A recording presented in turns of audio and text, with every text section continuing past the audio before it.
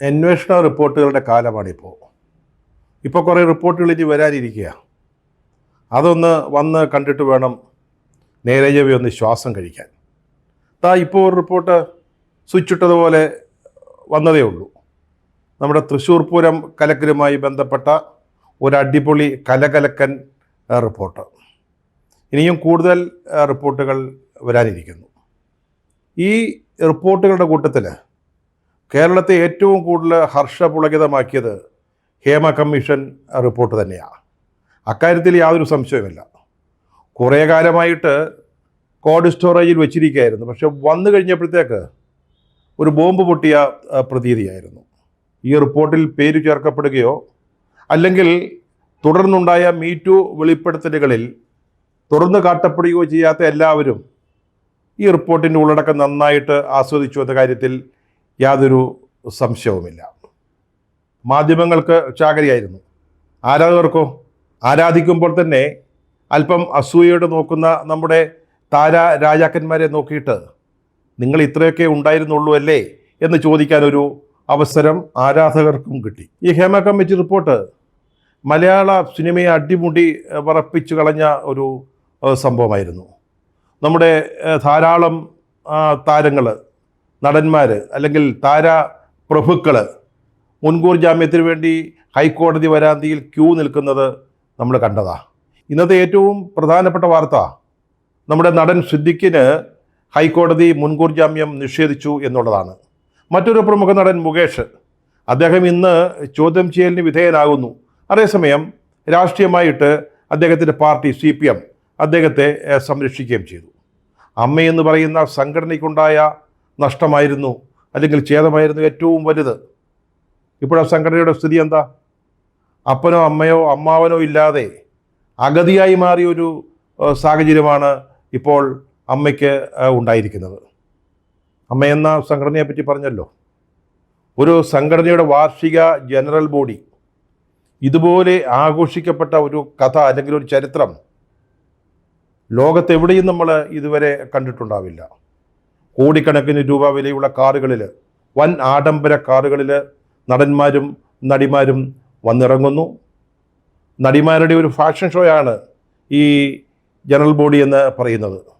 അതോടൊപ്പം ഇവരെയൊക്കെ സംരക്ഷിക്കാനായിട്ട് മോദിയുടെ സുരക്ഷാ വലയത്തെ അനുസ്മരിപ്പിക്കുന്ന തരത്തിലുള്ള ചില അംഗരക്ഷകർ രംഗത്ത് അവതരിക്കുന്നു. ഇത് കണ്ടാൽ പെട്ടെന്ന് നമുക്ക് തോന്നുക ഈ നടീനടന്മാരിൽ ആരെയോ തട്ടിക്കൊണ്ടുപോകാനായിട്ട് ആരൊക്കെ അവിടെ പമ്മിപ്പതുങ്ങി നിൽക്കുന്നുണ്ടെന്നാണ്.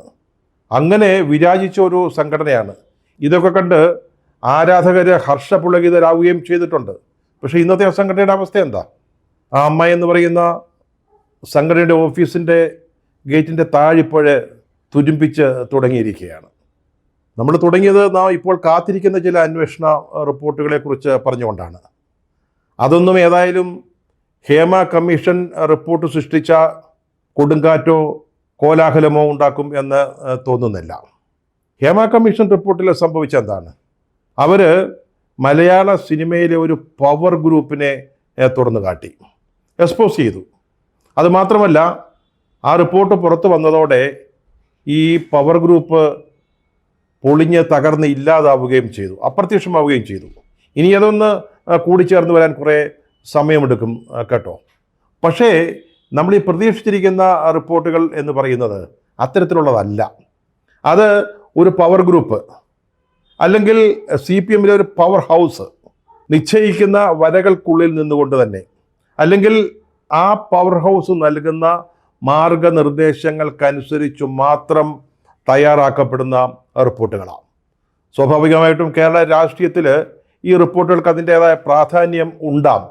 പക്ഷേ നമ്മൾ പ്രതീക്ഷിച്ച രീതിക്കപ്പുറത്തേക്ക് ഈ റിപ്പോർട്ടുകളുടെ ഉള്ളടക്കം പോകും എന്ന് എനിക്ക് തോന്നുന്നില്ല.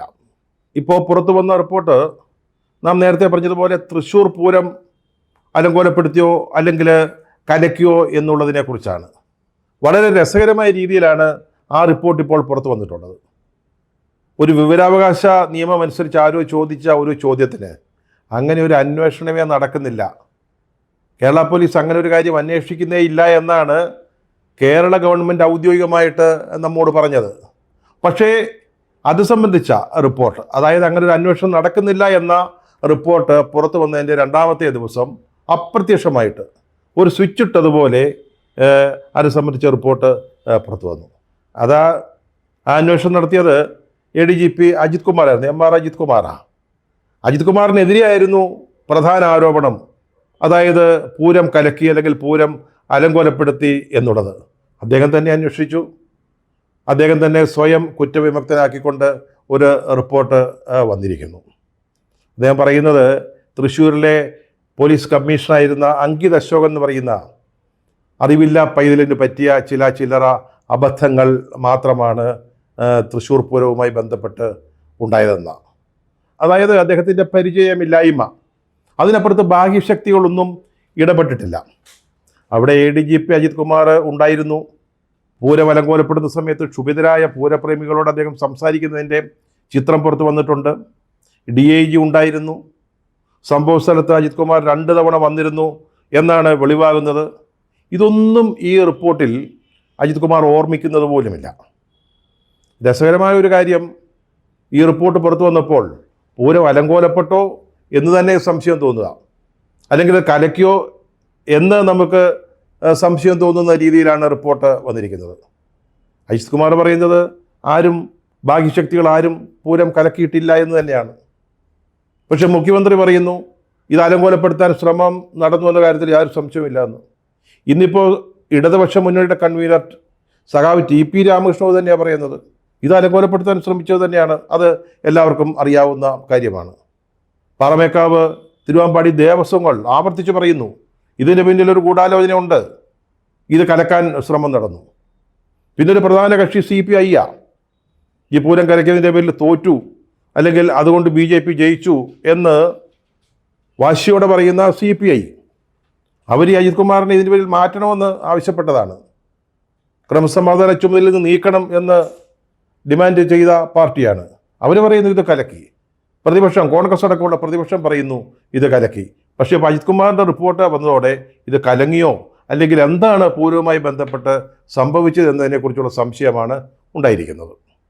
കലങ്ങാതെ കലങ്ങുന്ന നീർച്ചുഴിയാണ് പൂരം എന്നാണ് നമ്മുടെ അജിത് തമ്പുരാൻ കണ്ടുപിടിച്ചത് എന്നാണ് CPIയുടെ ഔദ്യോഗിക പത്രമായ ജനയുഗത്തിൽ ഒരു ലേഖനകർത്താവ് എഴുതിയിരിക്കുന്നത്. ഏതായാലും പെട്ടുപോയത് CPI ആണ്, വലിയ ഉച്ചത്തിൽ സംസാരിച്ചതാണ്. പക്ഷേ ഇപ്പോൾ എന്താ ചെയ്യേണ്ടതെന്ന് അറിഞ്ഞുകൂടാ. അതുകൊണ്ട് തന്നെ വീണ്ടും ഒരു അന്വേഷണം എന്ന ആവശ്യം അവർ മുന്നോട്ട് വയ്ക്കാൻ പോകുന്നു എന്ന ഒരു കൗതുക വാർത്തയും ഇതിനിടയ്ക്ക് കാണുകയുണ്ടായി.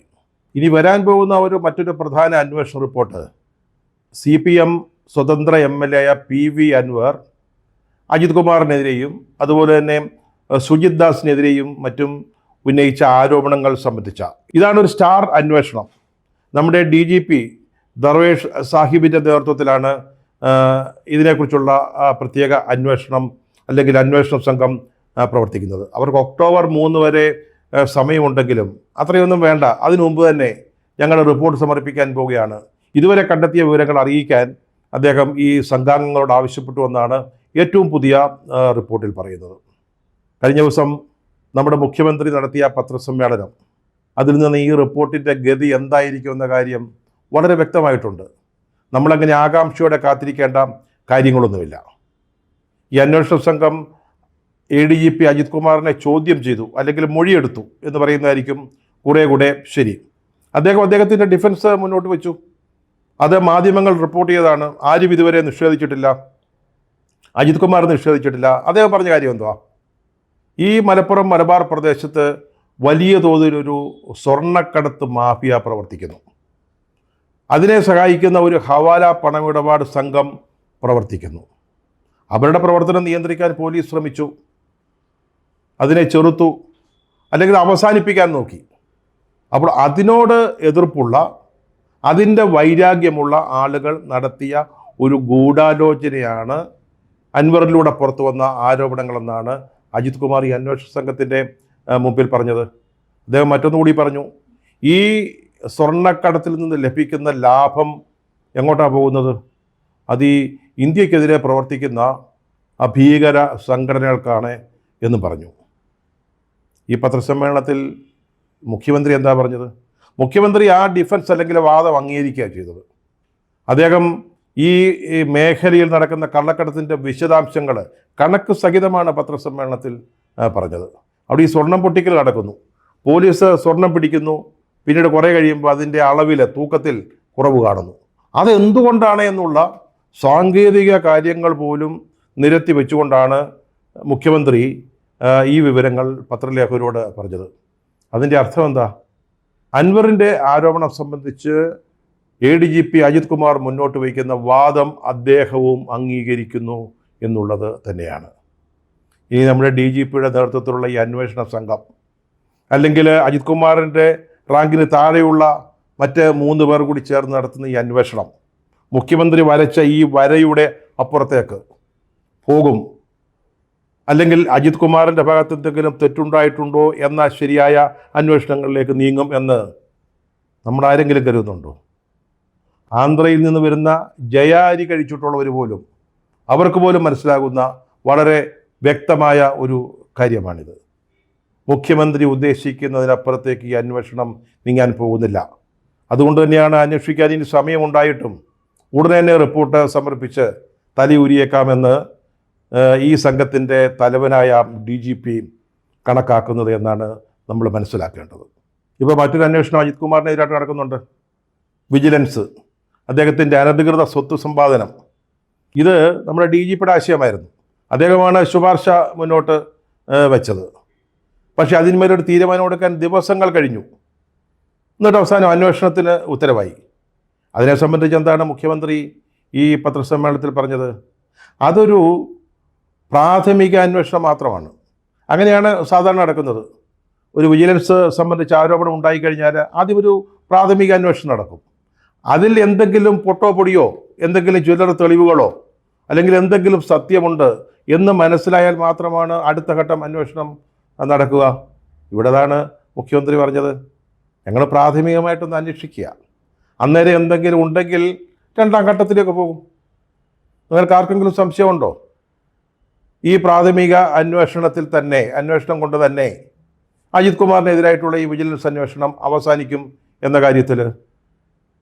ആദ്യഘട്ട അന്വേഷണത്തിൽ ഒന്നും കണ്ടെത്തില്ല, 2ാം ഘട്ടത്തിലേക്ക് കടക്കാൻ പോകുന്നില്ല. അതാണ് പിണറായി വിജയൻ ആ പത്രസമ്മേളനത്തിൽ വരച്ച വര എന്ന് പറയുന്നത്. ഇനി പൊളിറ്റിക്കൽ സെക്രട്ടറി P ശശിയെക്കുറിച്ച് അൻവർ ഉന്നയിച്ച ആരോപണം. CPMൻ്റെ സംസ്ഥാന സെക്രട്ടറി MP ഗോവിന്ദൻ പറഞ്ഞത്, എനിക്ക് തന്ന പരാതിയിൽ ശശിയെക്കുറിച്ചുള്ള പരാതികളോ അല്ലെങ്കിൽ ആരോപണങ്ങളോ ഒന്നും ഇല്ല, ഉണ്ടെങ്കിൽ തരട്ടെ എന്നാണ്. യാതൊരു കാലതാമസവും കൂടാതെ അൻവർ ശശിക്കെതിരായിട്ടുള്ള ആരോപണങ്ങൾ അടങ്ങുന്ന പരാതി പാർട്ടി സെക്രട്ടറിക്ക് എത്തിച്ചു കൊടുത്തു. അദ്ദേഹം ഇവിടെ ഇല്ലാത്തപ്പോഴാണ് ഈ പത്രസമ്മേളനം എന്നാണ് ഞാൻ മനസ്സിലാക്കുന്നത്.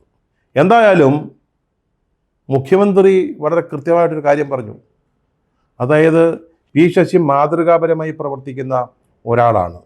അതായത് അദ്ദേഹം ഒരു മാതൃകാ പുരുഷനാണ്, റോൾ മോഡലാണ്. അത് പറയുന്നത് മുഖ്യമന്ത്രിയാണ്. അദ്ദേഹത്തിൻ്റെ പൊളിറ്റിക്കൽ സെക്രട്ടറിയാണ് ഈ ശശി എന്ന് പറയുന്ന ആൾ.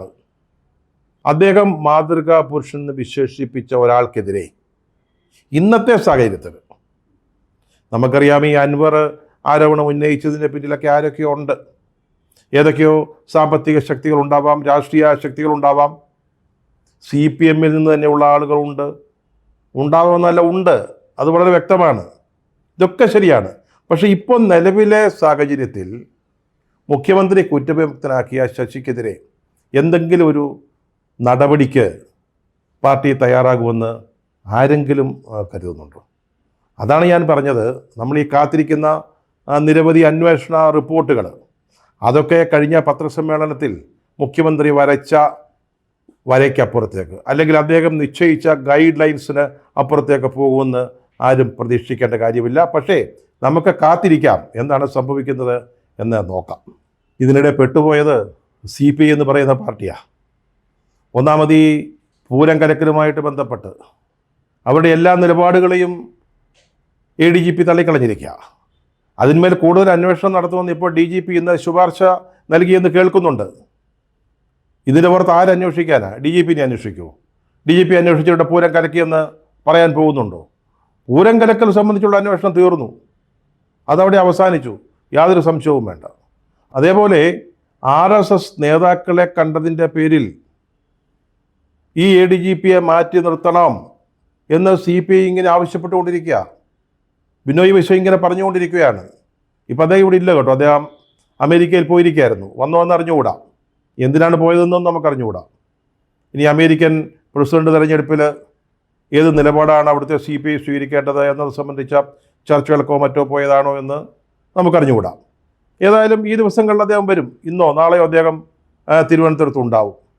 എന്താണ് CPI ഇക്കാര്യത്തിൽ എടുക്കാൻ പോകുന്ന തീരുമാനം? അതായത് RSS നേതാക്കളെ കണ്ടതിൻ്റെ പേരിൽ ഒരു അന്വേഷണ റിപ്പോർട്ട് വരുന്നവരെ അജിത് കുമാറിനെതിരെ നടപടിയില്ല എന്ന് വളരെ വ്യക്തമായിട്ട് ഈ പത്രസമ്മേളനത്തിൽ നമ്മുടെ മുഖ്യമന്ത്രി പറഞ്ഞിരിക്കുക.